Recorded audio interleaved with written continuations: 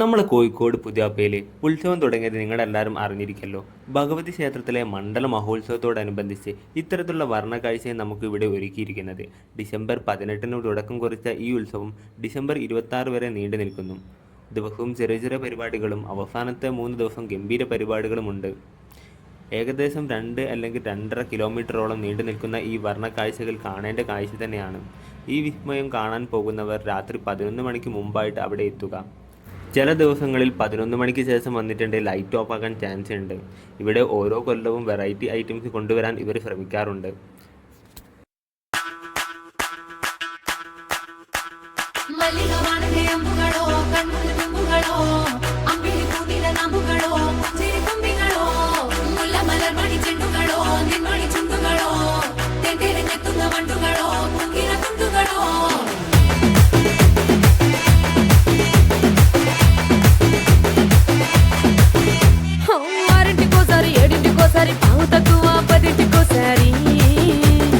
పడుకుంటే ఓసారి మెలుకుంటే ఓసారి ఏమి తోసక కూసుంటే ఓసారి ఏలు నొక్కుతుంటే ఓసారి ఓసారి కాలు తొక్కుతుంటే ఓసారి నువ్వు పక్కనుంటే బ్రతొక్కసారి వచ్చుండాయి ఫీలింగ్స్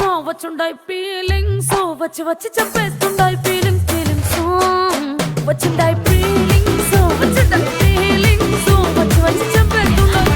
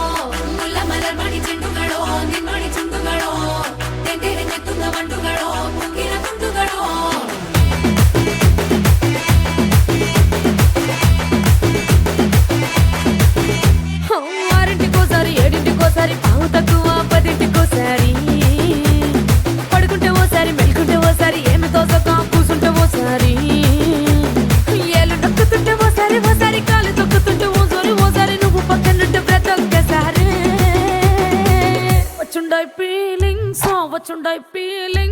వచ్చి వచ్చి చెప్పేస్తుండాయి ఫీలింగ్స్ వచ్చిండాయి